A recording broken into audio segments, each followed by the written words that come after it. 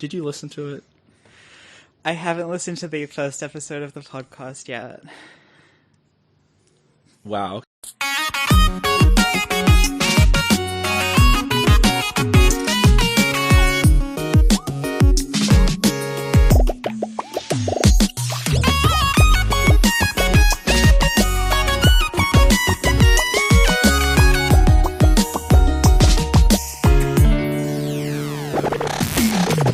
Hi, welcome to the UniSFA Podcast, episode 2. I'm here with my good friends, Autumn and Ed.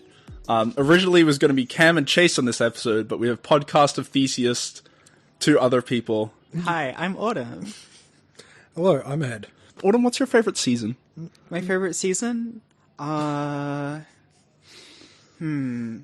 Probably season 1 of Doctor Who. Why that season? The Christopher Eccleston magic. There was something that he did so perfectly, and then he fucked off and wouldn't do it anymore. Who is this person? He played Doctor Who just for season 1. Does Doctor Who season 1 exist? Like, for some reason... It's actually fictional. For some reason in my head, it is like... I don't know where I've heard this knowledge, but it's impossible to access any Doctor Who seasons before, like the first 3 Doctor Who seasons. For some reason, my brain is like, all of humanity has wiped these from existence. You can't find them anymore. The old series, a lot of them are lost media, but I'm talking about the new series. What? So if you, you can go and buy, so Christopher Eccleston was the 9th Doctor. You can go and buy DVDs of Doctor Who stories featuring the 1st and 2nd Doctors, and they're, quite roughly drawn storyboards because we don't have the footage anymore, and they still sell them to you on DVD. So season 1 of Doctor Who, aka the 9th season of Doctor Who. If you want to put it that way, absolutely. So, your favorite season is season 9 of Doctor Who. So the thing that scares me is that the Doctor Who revival series is now the same length as the hiatus, the timeline in which Doctor Who was cancelled. I might be completely wrong about that. I know nothing about Doctor Who. Okay, so Doctor Who was a TV show for a while, then they cancelled it, then for several years it was cancelled, and then they rebooted it. Yeah. Well, not rebooted it, continued it. Yeah. So you're saying Firefly still has a chance? It does. Yes, yeah. it certainly has got a chance of being written by Joss Whedon. Are you really sure you want it to continue? What's he doing these days? Did he make that special cut of the Justice League movie? Oh yeah, he did. And then did he? I don't know directors. Yeah, no. Joss Whedon. They brought him in to do the. Well, they brought Zack Snyder in to do the Justice League movie. Then Zack Snyder had to leave because of a personal thing. Yeah. Then they brought Joss Whedon in to just edit his footage. The fans, everyone fucking hated it. And then people memed... So you're telling me in terms of the UniSFA podcast, I am the Joss Whedon and also the Zack Snyder.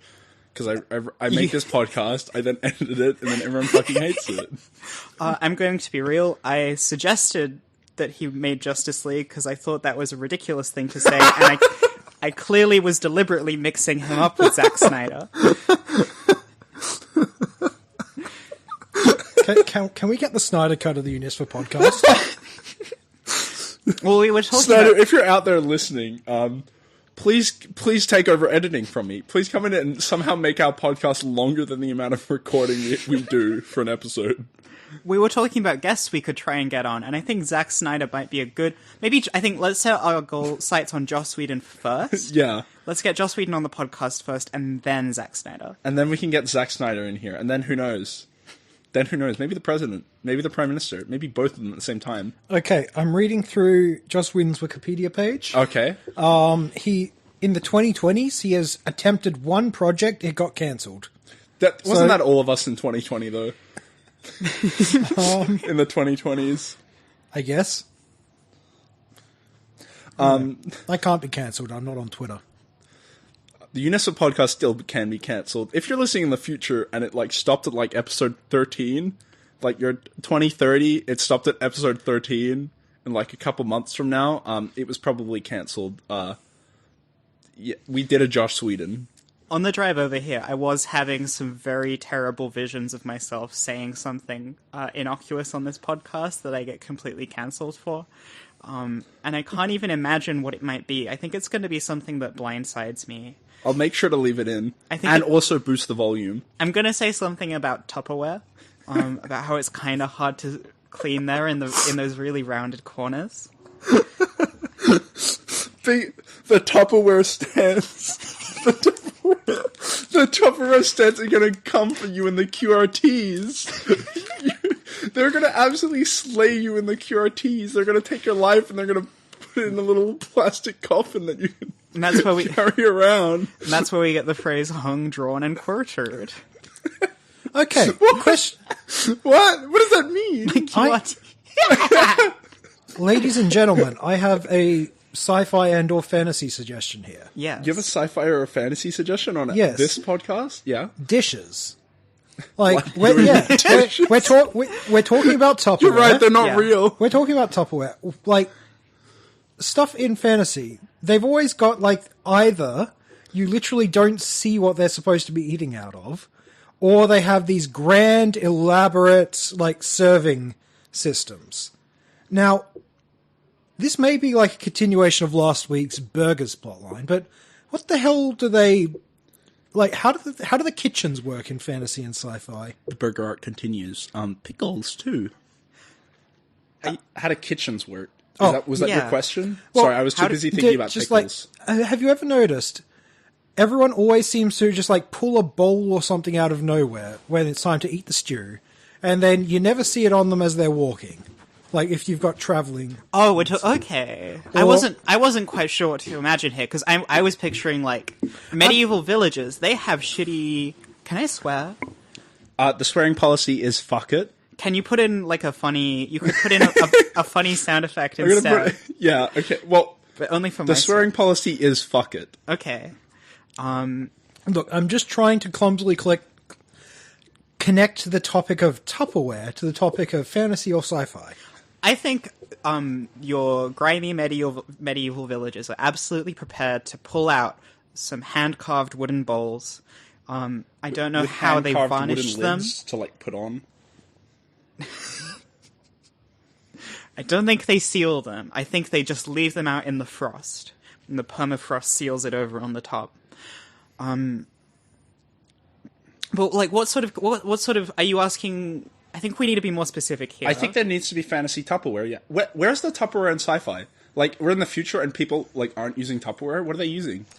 They're freezing their leftovers in carbonite. But how are they carrying that? They're just carrying it around? They've got big cargo bays for it. Yeah, but is that what Tupperware is in the future?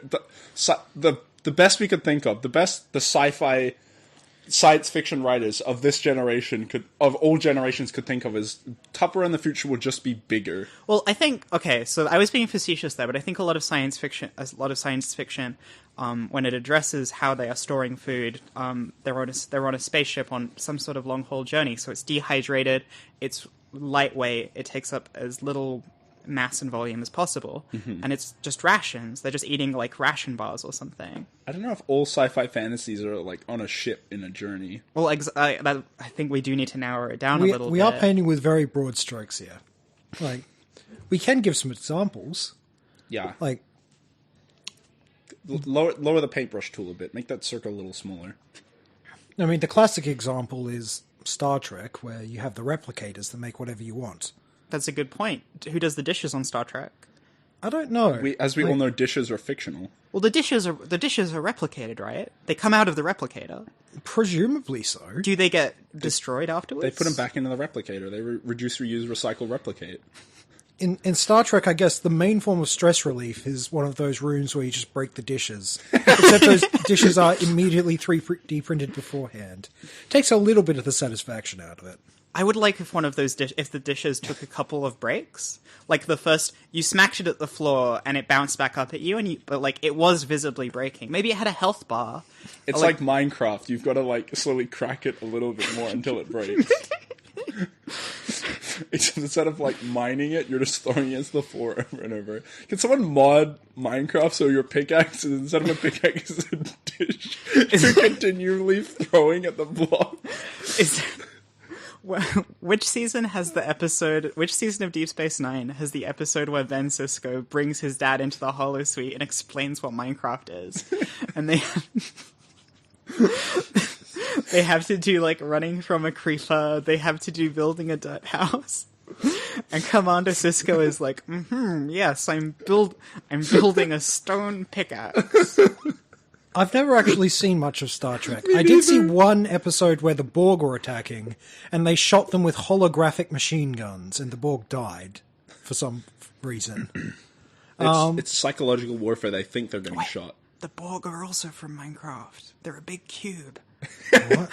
The plot thickens. The Borg live in a giant cube. What were the Star Trek... The Star Trek makers were obviously ripping off Minecraft. God. Except People have been ripping off Minecraft for 40 years now, 50 years now. Yeah.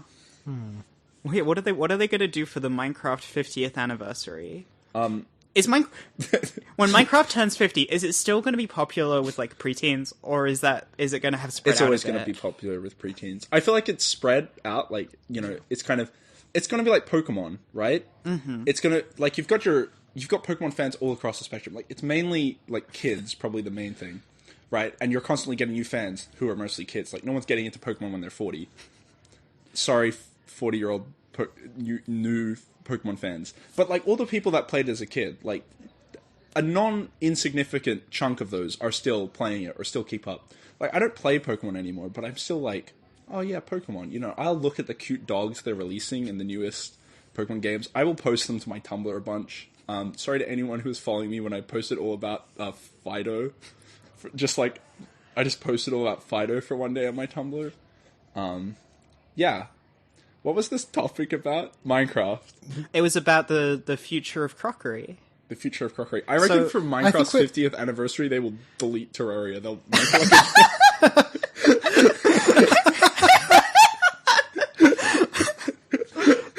That's like a birthday gift. Like they'll email Terraria and like, guys, please.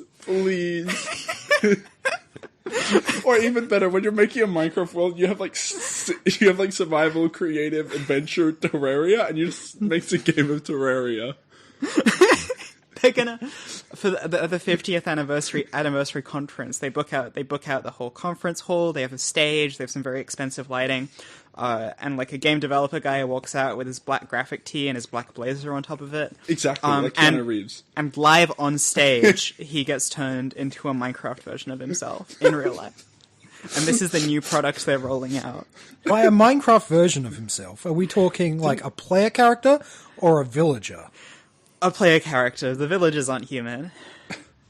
Didn't they talk about making... There was like a Minecraft VR, like AR game, Minecraft Worlds or something. It'd be like that, wouldn't it? They're probably still working on that shit. I thought it's just... Yeah. I remember augmented reality is... Yeah. The Minecraft Pokemon Go. What I was imagining when you were saying they're walking on stage, I'm imagining they walk out and they're like, we're buying Terraria. And the whole audience like screams and shouts. And then you see that they're like wheeling a little like server onto the stage, and it's like, this is the Terraria code, and then he puts out a sledgehammer, and it's just like, fuck you, Terraria. Just smashes it live on stage. The audience is gobsmacked. To our listeners at home or on the bus, John is making wild hammer swing and motions. Nowhere else, only at home or on the bus. Wipes the sweat from his brow, and he's like, bet they can't remember the crafting recipe for that. So here's my alternate plan is that they announce that they've bought out the rights to Terraria, and they show the new title screen for the game, which is big letters Terraria, small letters featuring Minecraft, and that's the new version of Minecraft. Yeah, so when you launch into a Terraria game, one of the options is like, how many dimensions do you want to play? And then you add an extra dimension, and it just they hire out someone who's modded made a Terraria mod for Minecraft, and it just auto installs that. I have been very interested in trying to assemble a new terrarium. I just want to go out into the forest and grab some millipedes and like some leaf litter and see how they go in a jar. But I want to make sure I'm responsible about it. You're saying how they go in a jar made me imagine you put them in a jar to fight? Like, you're like Battle Royale? Don't you raise stick insects? I did quite recently, but they were very low maintenance, and they had like a big cage. If you have detritivores like millipedes or isopods, you kind of just leave them in there to chill. So maybe they don't Fortnite it up. Maybe UniSFA will provide a space for me to leave some like various insects and other invertebrates that won't damage the books. I, for one, am a big fan of setting up. A little battle royale of insects in UniSFA. Oh, I had to take a moment to appreciate how we disregarded the violence. A what? A what? A bat colony. Like a Batman thing? No, as in like we should let bats rest in our roof. Ooh, like a belfry. Oh my god, imagine you open the UniSFA room and then just a bunch of bats fly out. It's all spooky. Like at the start of Scooby-Doo. Yeah, exactly. And then like someone dies in there and we have to like figure out who it is. Does that happen in Scooby-Doo? And we use the fridge as like, in the Polaroid, as like, well, there must have been a guardian since they're the only ones who have access to the room. And then we can have them like up on the fridge and we can like do the... We can put red string on it. Yeah. Oh. Exactly. And like we can... Because these windows are perfect for the bats to go in and out. Exactly. What are some of your favorite murder mysteries? The bit in Minecraft Adventure Mode, the Telltale Minecraft game. I think Minecraft Story Mode, the Telltale Minecraft game, where they get trapped in a giant spooky manor, which is my favorite murder mystery trope. I want them all to be invited to a giant spooky manor by my mysterious lord or whatever. And they go there, the main characters go there, and they find out that they're not alone in this spooky manor. There's a bunch of Minecraft YouTubers there. and then one of them dies, and they have to figure out who's doing the killing, what's going on. And slowly the Minecraft YouTubers get picked off. No, this is real. Well, So imagine... There is an obvious name for this scenario, which is survival multiplayer. The first ever SMP. I reckon I'd watch Dream SMP if it was a murder mystery. I mean, there probably have been murder mysteries on it, right? Who the fuck knows what's going on in that server? I literally don't even know what any of this stuff is. I am not a Zoomer. This is why you're the resident UniSFA dad. But they had like Dan TDM, Captain Sparkles, I think, in the game, what? Being voiced as characters. Sorry, were they okay? But they were only characters just for this one bit where they completely changed genre. Yes. Good. I'd love it's to a narrative game. in It's a that. Telltale game. Yeah. And this specific chapter was a murder mystery. Okay. I'm trying to think of murder mysteries that I like, because the piece of fiction that I think is like very defined by being a murder mystery is Knives Out, which is very good, which is not that science fictional or fantastical. Of course, I have just added my Polaroid to the fridge, and I had to sit there thinking about what am I going to put. Your Polaroid isn't on the fridge; it's still on the table. It's still on the table. Not too late. I had to not put it there. I had to answer the question of what people should ask me about.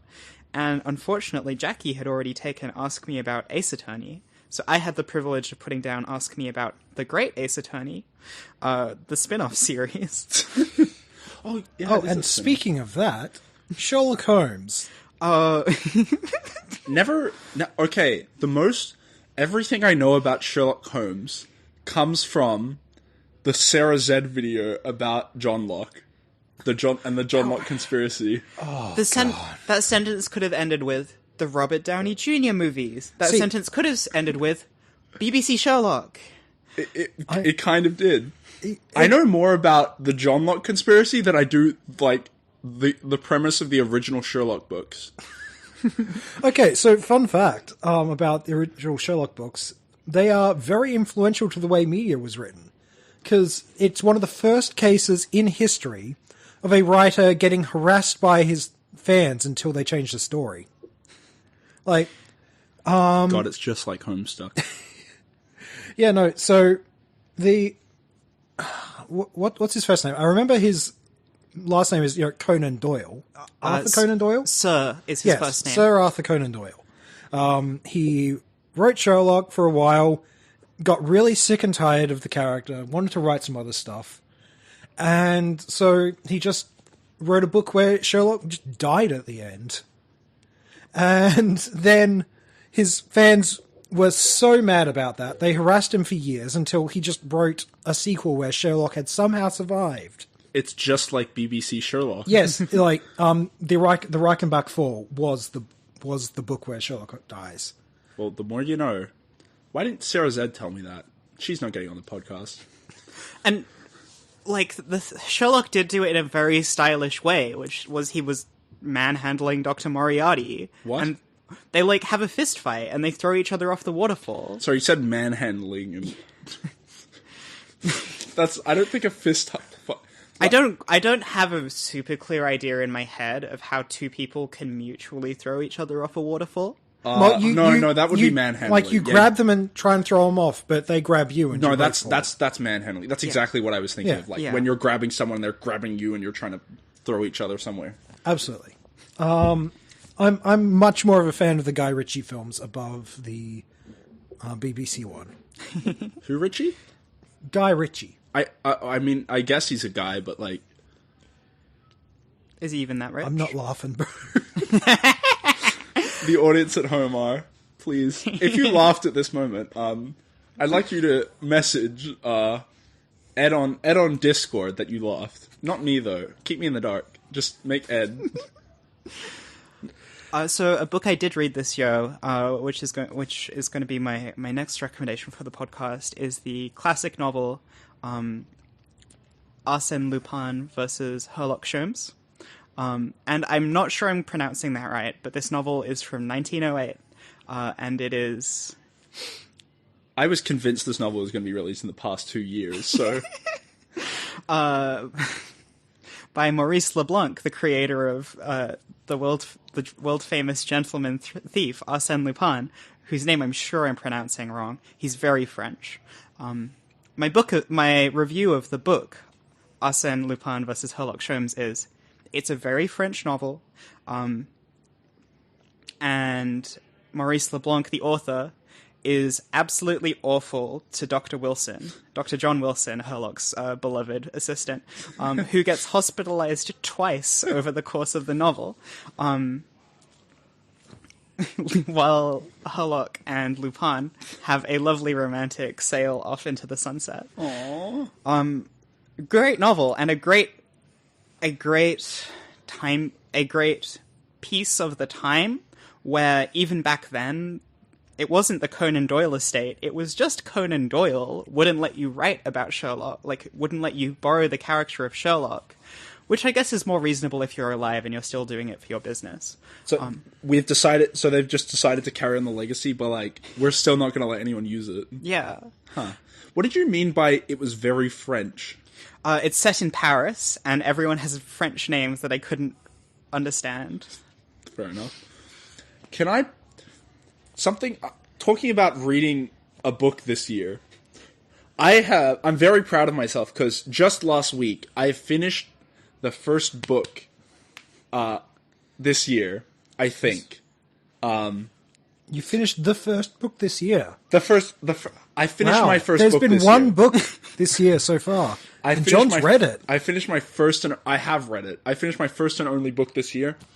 Maybe. I'm not counting the Homestuck books, because that was kind of me just rereading Homestuck, but in a book form. Tell us what the book is. Gideon the Ninth. I'm sure not many people have heard of it. Fantastic book. But something that it sparked in me is, apart from, God, I need to read the next book, which is part of this, is that it's kind of like rediscovered the joy of reading to me. Not reading it itself, but finishing the book and being like, finishing a book is something I can do. I have a little glowing coal in my heart that aches to read now, which hasn't been there for a while. Can I go on a really long tangent about my reading journey? Please fire away. Okay. So, basically, didn't really read much in high school, as we all did. And one day, I watch a little thing on YouTube called Game Nights. You all know Game Nights? What, the Magic the Gathering The show? Magic the Gathering show. What? I watched the Game Nights starring Brandon Sanderson. What?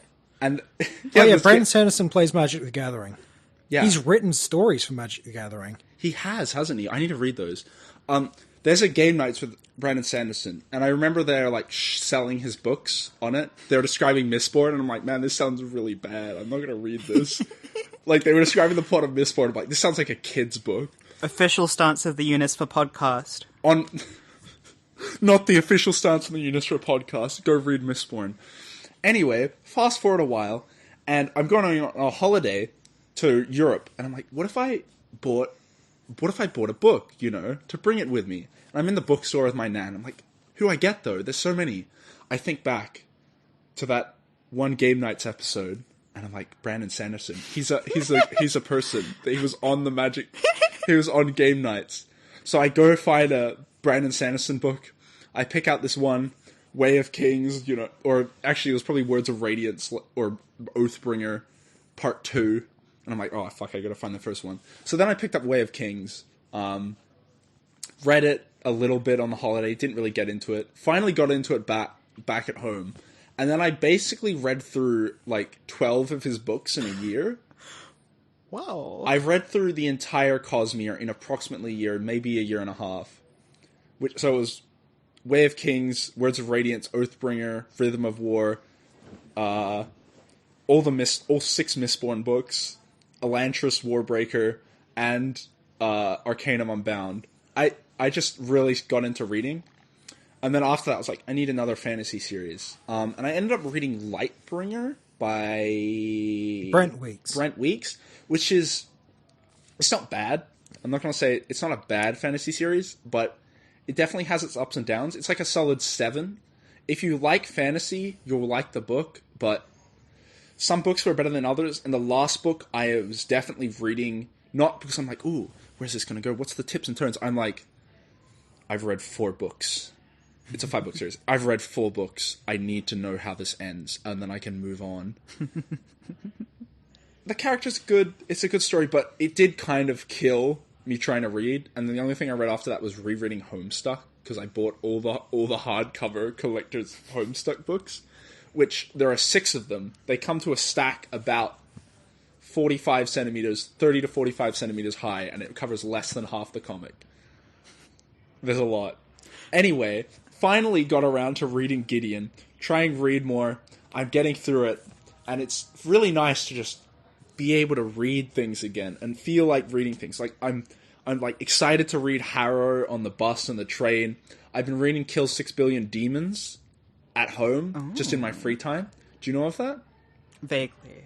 We talked a little bit about it on the last podcast, and I hadn't read it since the last podcast. Actually, I'd read the first 3 pages, or 5 pages, and I was like, I've heard a lot of good things about this webcomic. So I went home and I've started reading it. It's really good. It's like the art is fantastic. Oh, it's amazing. It's ridiculous for a webcomic by.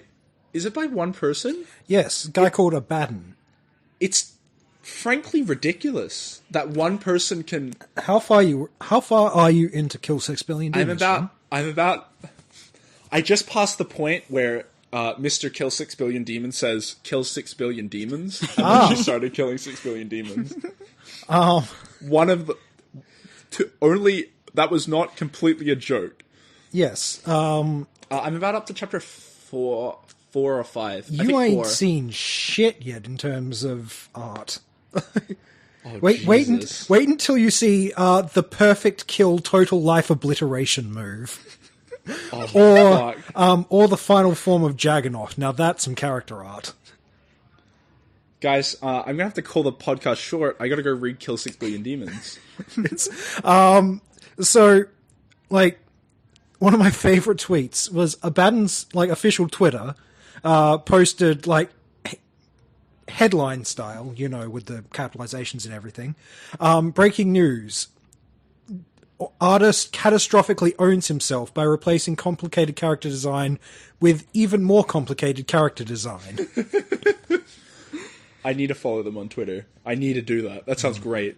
How I've described Kill 6 Billion Demons so far is it's an epic fantasy of, like, someone just decided, fuck it, I'm going to make an entire, like, creation myth that is more, that seems to be more detailed, or as detailed as, like, the Greek or Egyptian, like, creation myths and pantheons. It seems, like, ridiculously... There's every page has some text that I don't read that seems important. It's very heavily inspired by Hinduism, actually. That makes a lot. And Buddhism to some extent. It's sort of like a mashup of the vibe of general Eastern religions. Ah, okay. Like, it doesn't take specific deities or plot points or anything. It seems so incredibly detailed, though. I just finished the intermission story, which was Amos and the Three Masters and the lessons she didn't learn from them. And it felt like I was reading legitimate religious stories, except they were written by someone who had read Homestuck.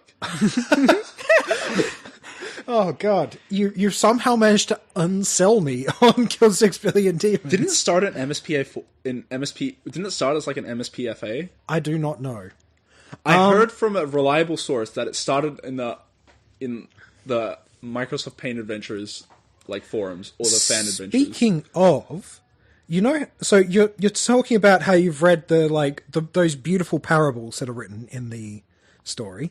I've missed most of them because I'm reading a comic, not fair enough, not a Bible. Have you read any of the ones of the parables where it's presented in the form of like a teacher like discussing with his disciples and his disciples trying to figure out the answer to something? Oh, I don't think I have. Okay. So if you read any of those, and then if you go down into the comments section, you'll see Abaddon, the author, is literally like having chats with like random users, and he's basing the disciples off of answers that the commenters in his comment section that give. Is so fucking like sick. He's making himself like the god figure and like the god's disciples, the commenters. That's incredible.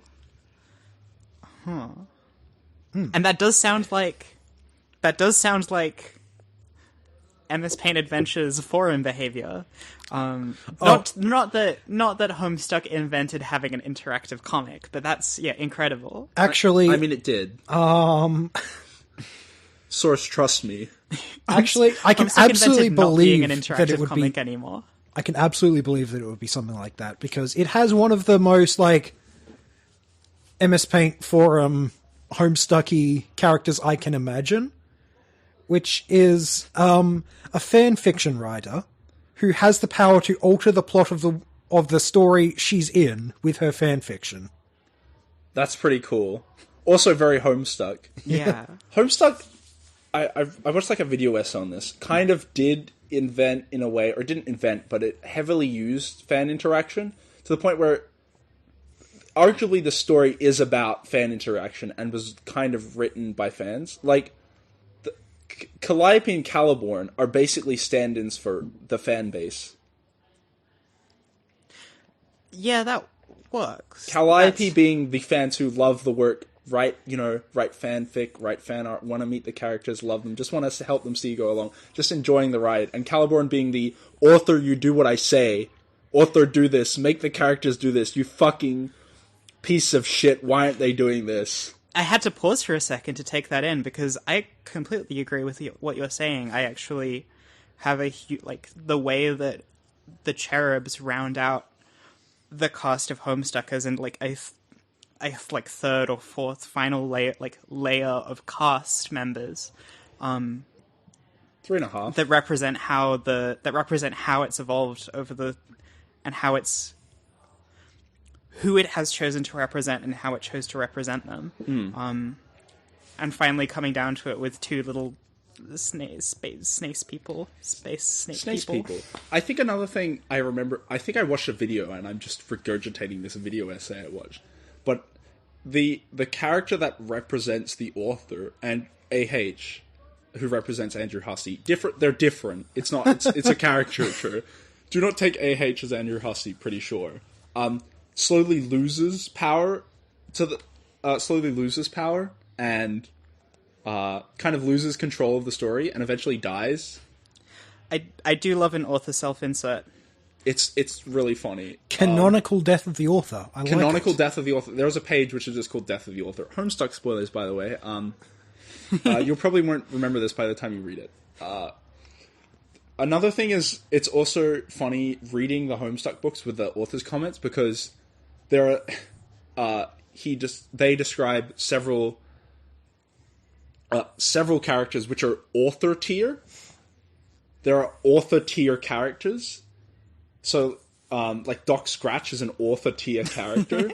AH is an author tier character. And eventually AH stops writing the story and becomes subject to the story and kind of at the whim of the story, at the whim of the narrative. Mm-hmm. Anyway. That's cool. Yeah. John. That's my name. What's your review of Gideon the Ninth? Oh, my review of Gideon the Ninth is that it's very fun. It's just, it feels like I'm writing a book that someone wrote for fun. The like author was having a book, fun. You mean? The author, yes. Sorry. The author was writing a book that they had fun writing. Ah. Yeah, it kind of... Like, they write lines and they chuckle to themselves.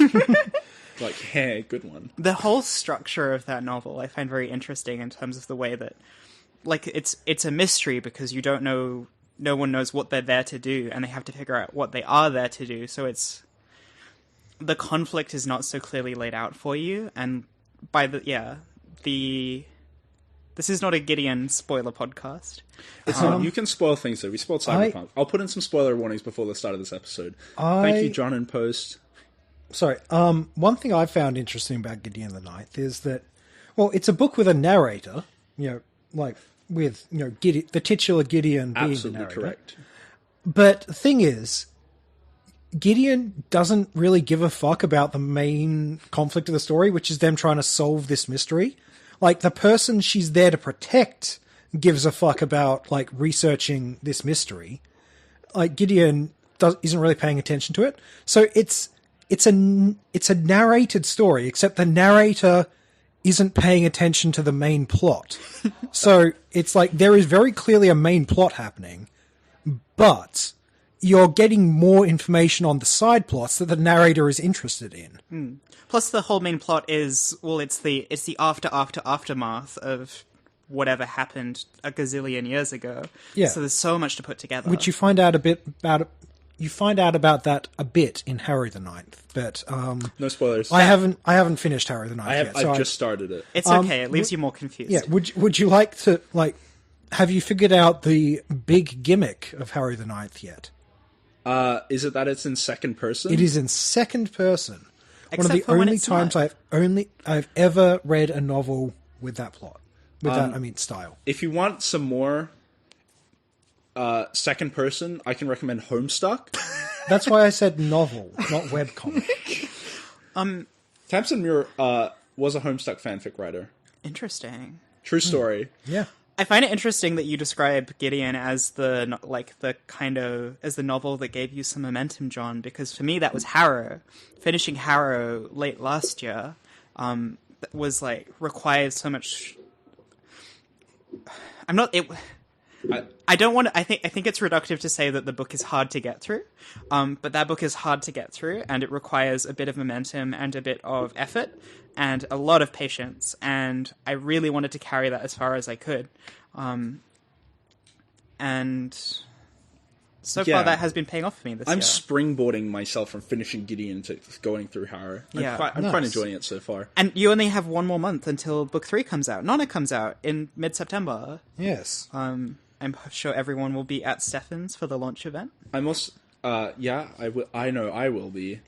I should probably finish Harry before then. Also, I find it very weird because nowhere in Gideon is this Nona or this Electo mentioned at all, and I'm like, when are these people being introduced? They've got books about them. Well, if I had to guess, I'd say probably in Harrow. You make great guesses. I'm not gonna. Maybe there's actually gonna be a little 1.5 book that's in between the two. Maybe it's like a Legend of Zelda thing, where like the character it's named the series is named after is like a background character for a lot of the time. I mean, to be fair, I didn't see the Locked Tomb didn't have much dialogue in the first book. I'm hoping the Locked Tomb will have more in the next book. Last time I checked, giant rocks couldn't talk though. May the boulder never be rolled away. That's what they said in the New In Testament. the Bible, yeah. For reference, before the podcast started, Autumn asked whether the rock, I pray the rock never be rolled away, was in reference to the Locked Tomb or Jesus. I just wanted to make sure I wasn't getting my metaphors mixed. Or blaspheming. The UniSFA Podcast blasphemy count is only revealed at the end of the episode, so you as the viewers have to listen along and make your own count and see if you got it right. See if you got it right, guys. Oh my god. Oh. Speaking of blasphemy, I've been working on a fantasy project lately. Oh. Not in this club. Pardon? Not in this club. No fantasy here. Only sci-fi. See, I went and saw an exhibition of Michelangelo's art. Michelangelo being the guy who painted the ceiling of the Sistine Chapel. The Sistine Chapel, famous sci-fi and fantasy work. The turtle? Huh? Oh, God. No. You're telling me a Sistine built this chapel? So, the ceiling of the Sistine Chapel is covered with 34 different biblical paintings, and they are considered some of the greatest artworks in history. Most famous among them being the creation of Adam, which is the one with sort of the reaching out and touching gesture. Do you know the one? Absolutely. So, I went and saw that with a friend, and then I was talking about how one of my other hobbies is editing magic cards with like art from other series. And then I thought, hang on, in Magic the Gathering, there's this card type called shrines, where the more shrines you place, the more powerful each shrine is. And so what I did was I made a magic deck with 34 cards with the enchantment subtype, which is what shrines are. And I've assigned one painting of the Sistine Chapel to each shrine, and I'm now editing the artwork in to these, and I'm going to make a Magic the Gathering deck out of the Sistine Chapel. I've seen these. They are really cool. If any of you know Ed, do talk about his Magic card edits. They're very cool. Destiny 1's included. No, Destiny 2. Destiny 2, 1. Destiny to what?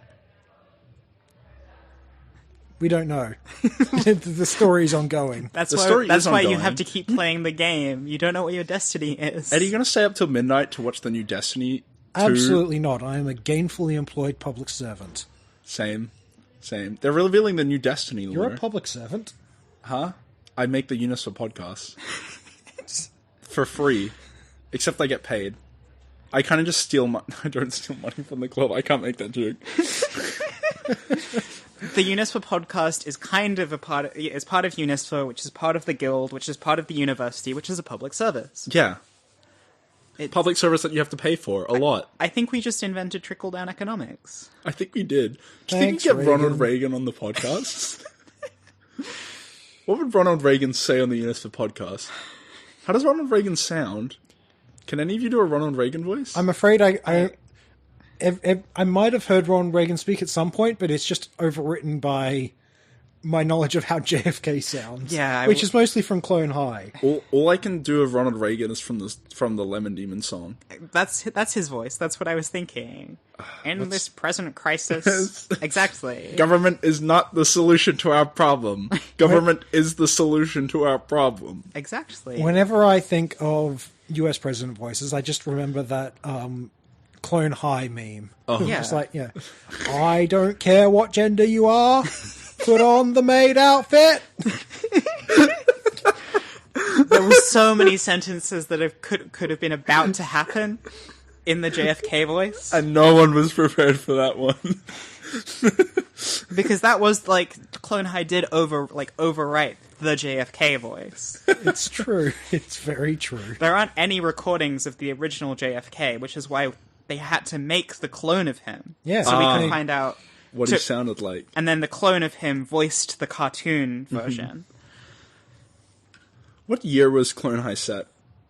Set? Yeah, I think did it was have a year? like, It's got to be contemporaneous, right? I guess so. yeah, I don't think it was like established to take place in any specific year. Okay. It's like Riverdale. It's Sure. No, Riverdale takes place. It's very different. Riverdale takes place in every year. No, takes no, place in the like Riverdale 1950s. and Clone High both have high schoolers in them. True. They both have the reincarnation of JFK in them.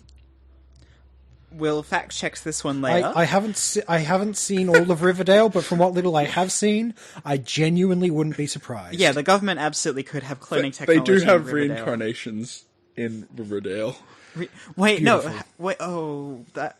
If you're reincarnating someone and bringing them back from the dead, that causes a problem. Does it?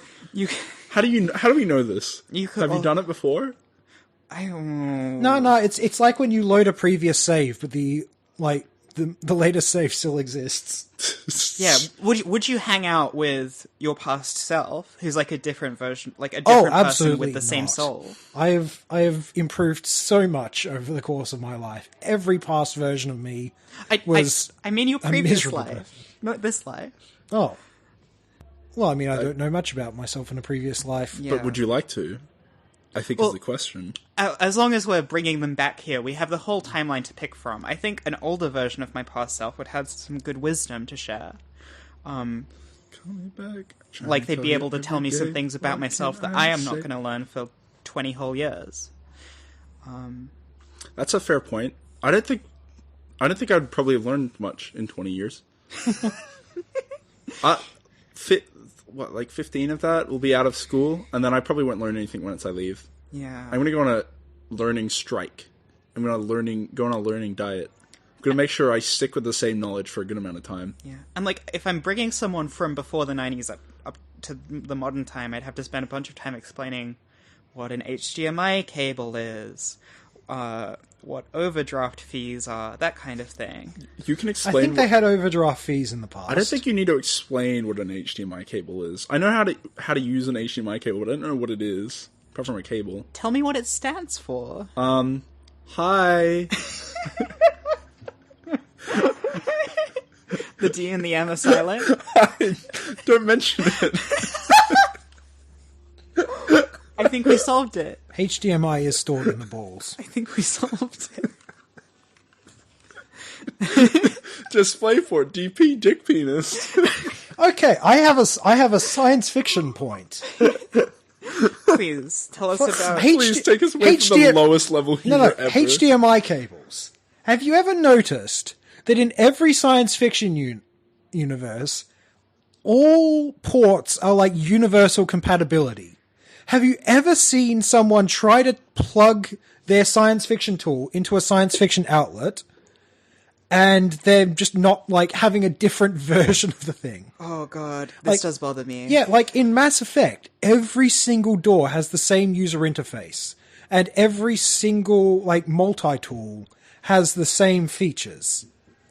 Wait, it's called the Omni tool. I think they're just taking Swiss Army knives to the logical conclusion. Right? What? Oh well. They're just taking Swiss Army knives to logical conclusion. That's what a Are multi-tool is. Are you suggesting that like does the Mass Effect Omni tool does it have dozens and dozens of different? Oh, I thought you said connectors? multi-tool. I haven't played Mass Effect. I did say multi-tool, but then I said, oh wait, no, it's called the Omni tool.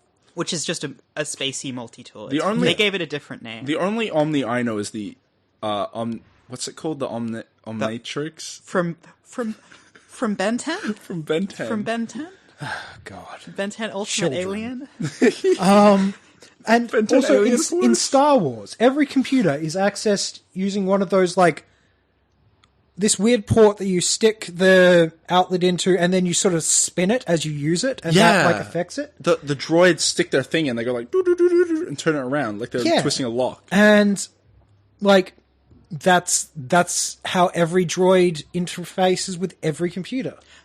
I'm willing to believe that droids can do that. I don't believe that human designed equipment will do it, because the human designed equipment will come out with a new model every 5 years. But if something's actually for technical use, I'm willing to believe that that might be compatible. Like, R2-D2 runs Linux, and so does the Death Star, and therefore they are compatible. All I'm saying is I want to see sci-fi where they have like just a bag of cables and they're like, okay, do you have an adapter to, the Omnitrix 7 like port? I've only got an alpha adapter. I feel like that could happen in cyberpunk sci-fi, where the world is not perfect. So, Yeah, hey, like welcome to UniSFA, your weekly Homestuck and Cyberpunk podcast. Like, there is a reason for this whole thing, this whole phenomenon we're just describing, which is that, like, it doesn't advance the story, unless it does advance the story, in which, like, if you're trying to tell a story about technology being inconvenient, if you're trying to tell a story about, I don't know, your job sucking or something, then that would be really interesting to do. I think If I wanted to tell you guys a story about my job sucking, I'd just tell you about my job. So I recently watched the first episode of Breaking Bad, because I've also watched the first episode of Breaking Bad, but only the first episode. I mean, same, because I've watched the first episode, and I was, like, there's something about the opening sequences of that show where the point of it is that Walter White has a bad life, and he doesn't like it, and his job sucks. Yeah. And, like deep down I was getting mad, and I was getting mad at how I was getting frustrated about how frustrated he was. But the thing I really got mad about was how the filmmakers were manipulating me to feel that way. And that's just a specific kind of... I don't think that was intentional. Like, they wanted you to feel bad, and the intended response was, "Oh, good job, you made a good film." But I felt manipulated. I can get that. You feel bad, but you don't want to feel bad. So you're like, why did you do this to me? People I voluntarily watched the show of? Or at least that's how I felt. There's lots of things I want to make me feel bad. There's lots of things that make me feel cathartic. But at that point in the show, nothing else has happened. So yeah, I guess with it's not a consequence. It's not fate. The start of Breaking Bad isn't cathartic. It's just deeply frustrating. Yeah, because you see Walter having just an objectively, not a terrible, like, a frustrating bad life. You know, he's got a family who doesn't really like him. He's got a job which he hates, and he's got a cancer diagnosis. And it's like, he doesn't really have anything else. And everything is balanced out by trans icon Jesse Pinkman, who brings some zesty freshness to the show and makes everything a bit methamphetamine. Hey, you got any of the zesty freshness? Here, folks. Autumn referring to methamphetamine as zesty fresh. Autumn's just way more up with the drug slang than us. This is the stance of the UniSFA podcast. From all podcasts forward, we're going to refer to any drugs as the zesty... What was it? The zesty tang? Zesty fresh. The zesty fresh. How it chews to feel... like, how it feels to chew 5 gum. Autumn, I feel like you're trying to talk, but you can't say anything right now. We might need to find another host. Someone better call Saul. My job here is done. I mean, I'm here all week. Yeah. Are you okay, Autumn? Look, okay, so here's my problem. Autumn's been broke back. Every train of thought. There are multiple branching paths out of this current point in the conversation that I can take, and all of them involve saying something else stupid about Breaking Bad. A show I've watched one episode. I don't consider myself to have watched Breaking Bad. The other thought I had while watching the first episode of Breaking Bad is that it should have been educational. It should have been like William Hartnell era Doctor Who. So back then they had a... Because the first few seasons of Doctor Who in the 60s, they had a science teacher as one of the main characters on the show because they wanted to teach you about science. And they would alternate stories between teaching you about science and teaching you about history. I think that Breaking Bad probably could have alternated between teaching you about science and maybe teaching you about filmmaking. Well, actually, Breaking What do Bad. you mean by science?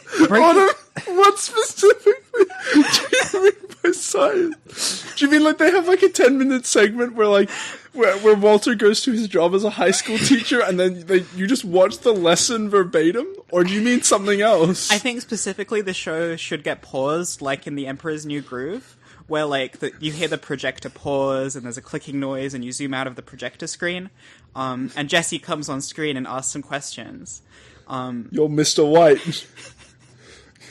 Well, actually, the very first shot of Breaking Bad is in medias res, and then it rewinds.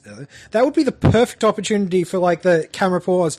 I bet you're wondering how I got here. You're Mr. White. That's us, bitch.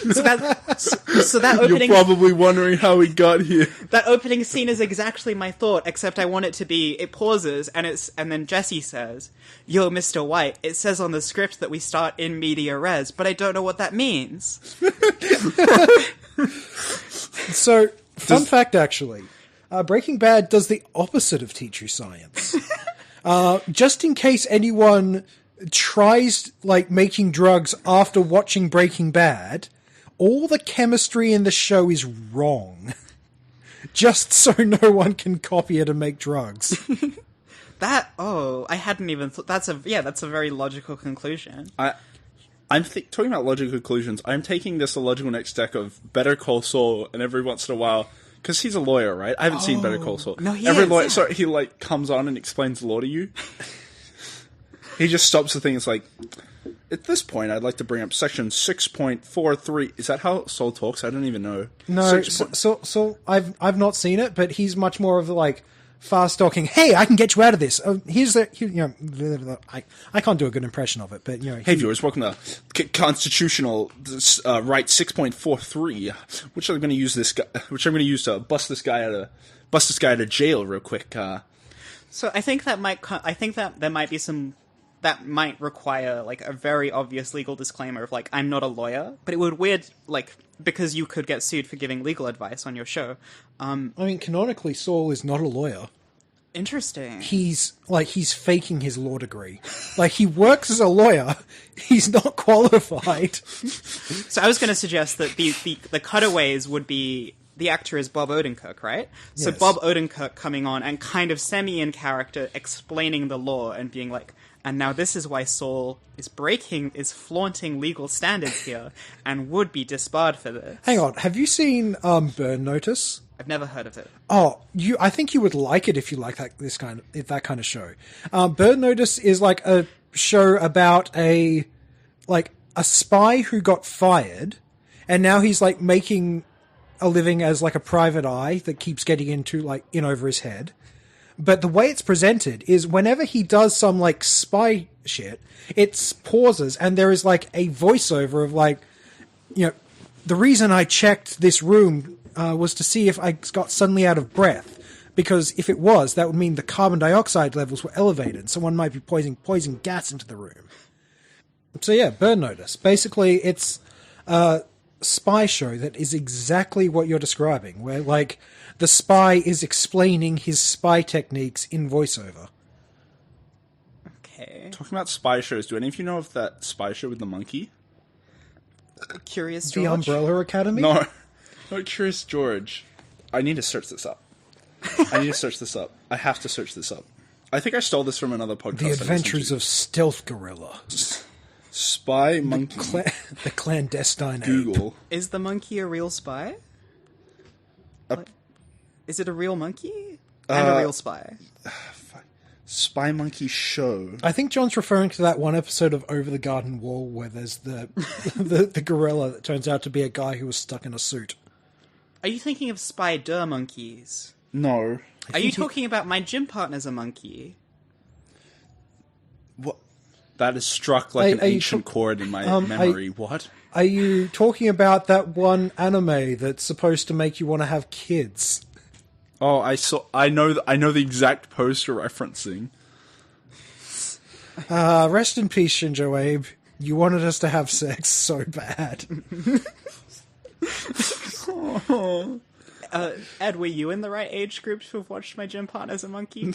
I'm searching this up right now. I really thought for a second, were you influenced by Shinjo Abe to have a family? I have never heard of this show. Holy shit! Oh my god, this is memories. You mean This is ancient memories. These fucking guys. Jesus Christ. Such a My Gym Partner's a Monkey. Would you like to describe to our listeners It's what you are looking at? I'm just looking at like the images from My Gym Partner's Monkey. It looks like he's in a school, which he's the only human and everyone else is an animal. Is that Planet of the Apes? And he's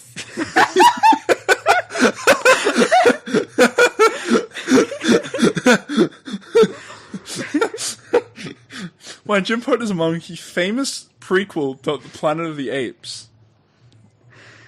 This was Tom Kenny, right? Tom Kenny was the monkey.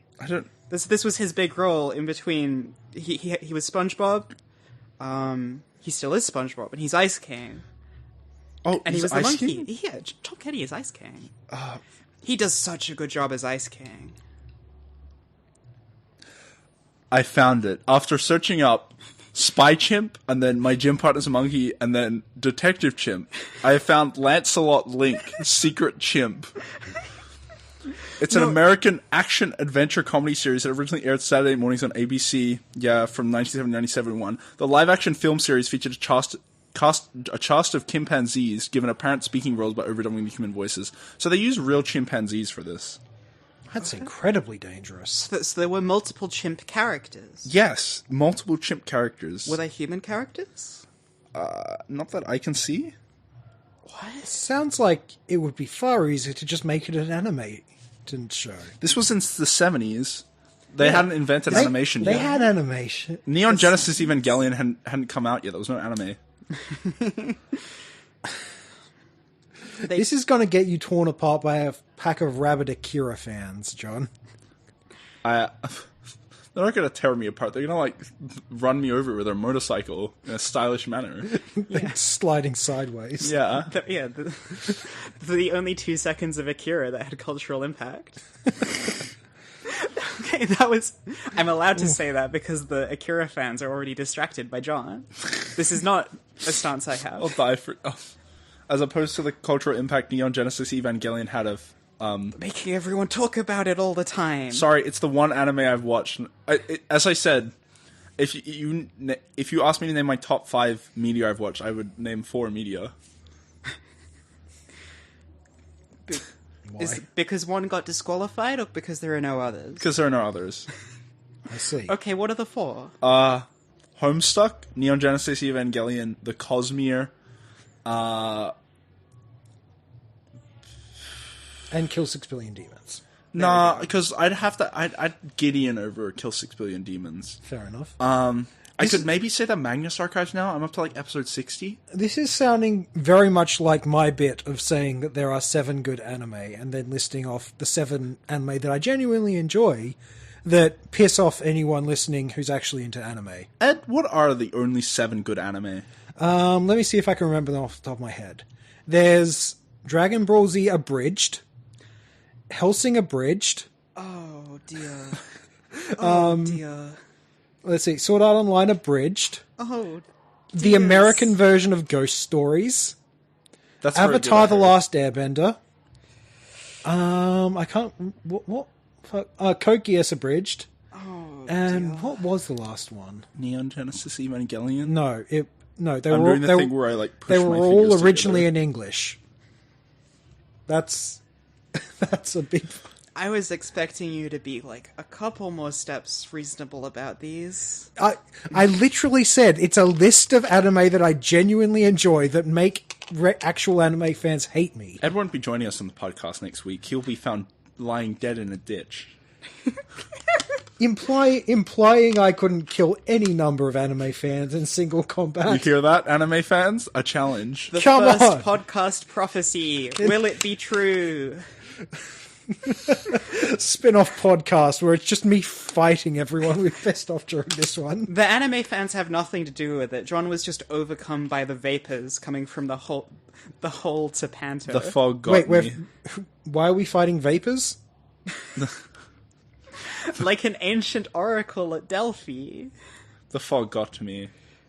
I don't understand why all these sports players are signing contracts. You think you'll be with the Yankees in 2024? Nah, the fog is coming. The fog is coming. The fog is coming. That's a tweet I stole. It didn't really make sense. Go search it up. Go on Twitter. I'm gonna go to try and get to Twitter, and I'll end up in Silent Hill. You'll end up in Silent Hill? Yeah. How? Because the fog will get me. Ah. Have you guys seen Stephen King's The Mist? I think I missed that one. Hilarious. It has genuinely, like, would you guys be okay with some spoilers for it? I think Go ahead. I think I might already know the plot. So yeah, go ahead. Spoilers for our listeners. It's got an incredibly depressing ending. So the characters are like caught in a mist that's full of monsters. They keep getting, like, throughout the movie, like, they find groups of survivors. The survivors get eaten by monsters. They move on, and finally they're trapped. And the father has a gun, and he just decides better to make it quick, and he kills his family, and he's about to kill himself. Oh no! When the fog just clears. Jesus Christ. Oh no! Jesus fucking Christ. It's sad, boy. It's sad hours on the UniSFA podcast. Yeah. Bit of Romeo and Juliet. If you'd waited 5 seconds, it would have been a completely different story. Surely the fog clearing was caused by him losing all hope. He just coincidentally, it was like oh no! The fog clears and he sees all the soldiers that were like showing up to get rid of the monsters. It's just one of those quirky little coincidences that happens in The Mist. Yeah. Does anyone know how you get out of Silent Hill? Do you just, like, go there to Make work some out noise. your problems? I'm it's pretty not- sure you're that just it's just supposed to hill. like make peace with your trauma or like You your just- crimes or whatever the fuck. I think you just go there to, like, break plates until you're normal again. Break plates to like break the blocks, like in Minecraft. What, you should... Like throwing the plates at the wall.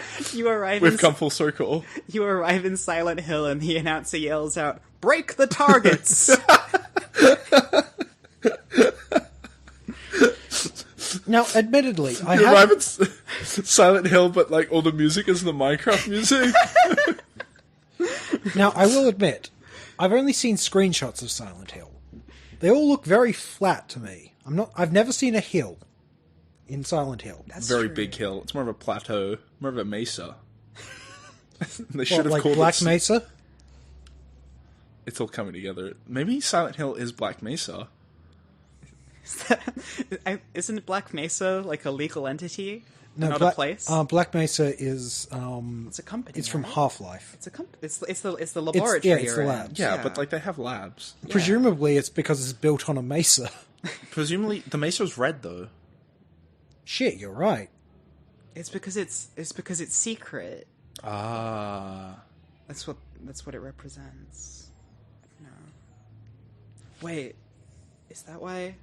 I'm forgetting what the Half-Life logo is. The Half-Life logo is a lambda. The Half-Life logo is a lambda, but the Black Mesa logo has a flat top.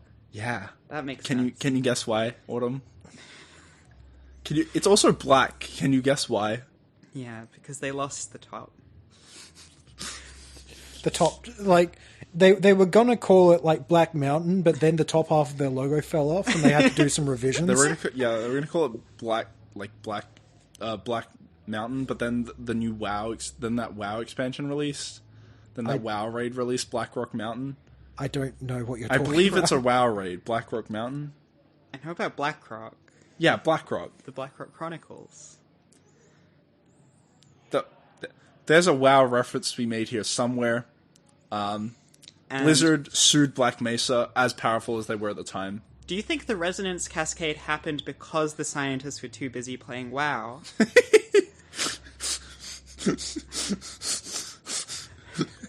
Absolutely. They were all playing warlocks as well. They were doing... Hang on a second. So, it was an event that opened, like, interdimensional travel, drastically altered the plot of the story going forwards, and was called the Cascade. The Resonance Cascade. Yes. Well, Because... come on, John. Pick up on the Homestuck I didn't reference. want to. Come on. I literally Out have to yourself. resist. I have to resist every time. I know, It's just like, three Homestuck. things about Homestuck, and one of them is that there's a big cutscene called Cascade. Yeah, there's... Gordon Freeman pushed that trolley into the experimental chamber, and also Vriska was there. What would Gordon Freeman's class spec be, guys? Oh, what would Gordon Freeman's class spec be?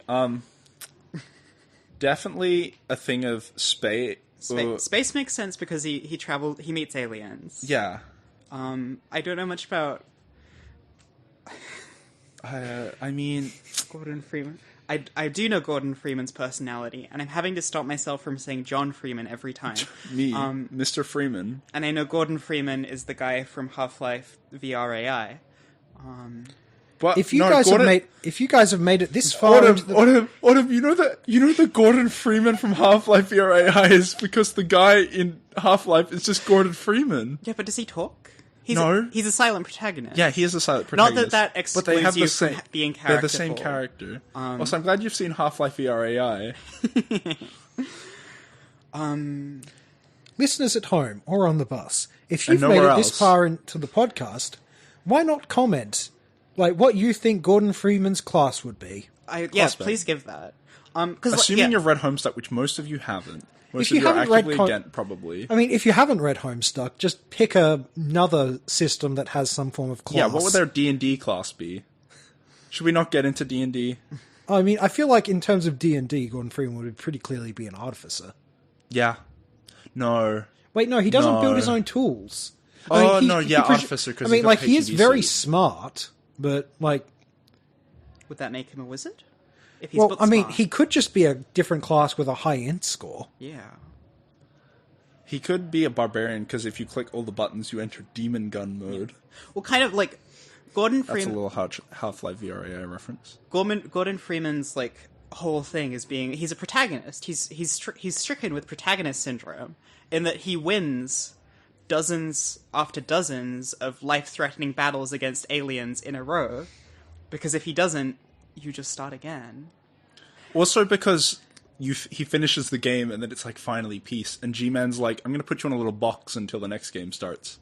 So, like, is he a normal guy who just, like, coincidentally never dies? Or does he, like, have, like, plot armor? Like, He was... how okay, good is his so plot armor? the reason why Gordon Freeman survives above everyone else is because he was wearing, like, the high-tech, working in incredibly hazardous environments armor when the plot happened. Okay. I think that also is plot armor, because he's got, like, who is the G-Man? What does he want with Gordon? I haven't finished Half-Life It's true. There is, like...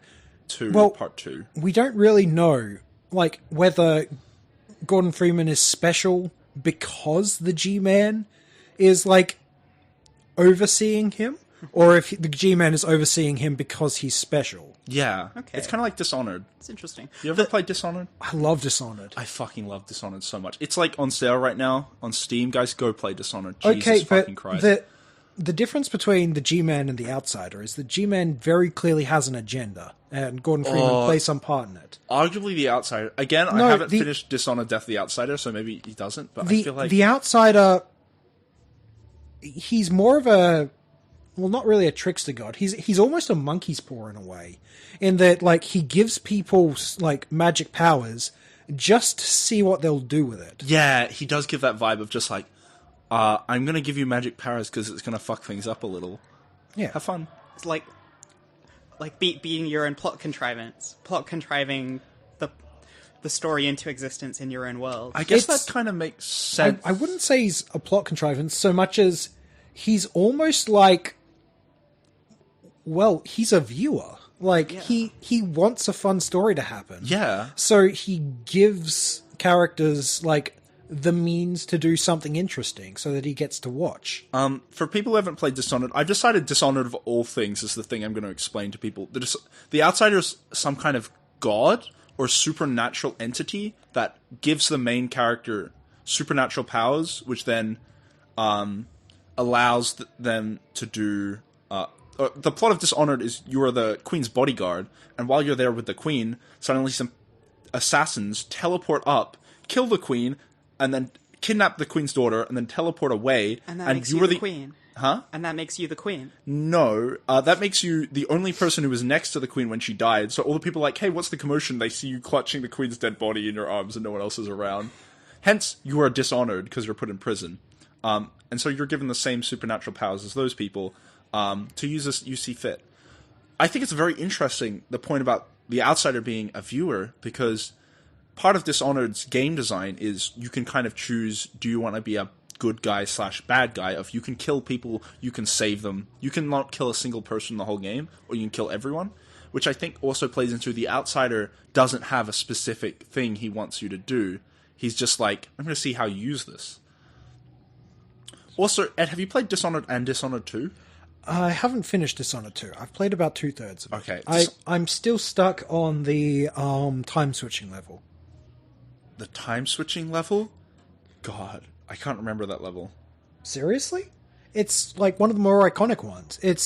There's like 2 time periods, and you can be in either time period in the same location at any point, and you use that to like navigate through obstacles, because like there was a door here in this time period, but it's been broken open. Oh, no, yes, I do know that one. Yeah.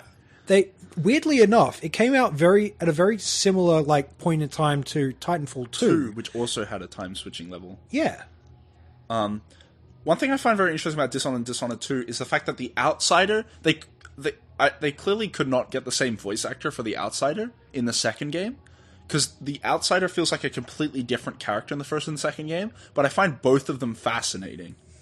Well, if you were that otherworldly, I think you're entitled to reinvent yourself once in a while. The outsider in the original game is this very flat affect, like flat tone of voice, uncaring, unmoving creature who just speaks plainly, simply, does not really give you much information. Well, the outsider in the second game is this British person who talks a lot more and is a lot more like kind of what's the word? Do they have emotions? Yeah, maybe not has emotions, because he's not getting as happy expressive. More expressive, exactly. Okay. And when I started playing the game, I was like, this sucks. I like the old outsider, but they're both very interesting characters. I don't know how the outsider is in Death of the Outsider. I haven't finished that game. I mean, I guess it's not a spoiler, given that that's the actual title of the DLC, but... I'm guessing you kill the outsider in it? I mean, you haven't played it, I suppose? No. It's set after Dishonored 2. Yes. I don't actually know if you kill the outsider, but maybe you do. Also, Bioshock is on sale on Steam right now. Given the whole thing of Dishonored, I would bet money that it's a choice. Oh, yeah. That's a good point, because I don't want to kill the outsider. But is it a Doom choice? If you don't kill the outsider, some assassin will. A what choice? A doomed choice. Oh. Right, I thought you said a Doom choice, and I was like, when in Doom do you get this choice? Doom, my favorite game where I choose to spare all the enemies. I'm pretty sure, like, the violent route and the mercy route in Doom is just, like, do you kill them with enough violence or extra violence? Yeah, basically. It's like, you just kill them with your gun and you glory kill them. I'm gonna round them all up into one room on the space station and they can just stay in there. And then they do little tasks on the space station. Oh no! But one of them is actually me in disguise. Oh no! Can someone mod Doom to be Among Us? Instead of like doing the kill animation, you like glory kill your friend. Mean, one of the most popular Doom 2016 meme videos is like does have an Among Us running joke where, because the Doomslayer has to fight members of his own order that have turned to the demon side. Oh. And they always accuse him of like being the odd one out, using like and in the meme version, they do it using, like, increasingly Among Us-y language.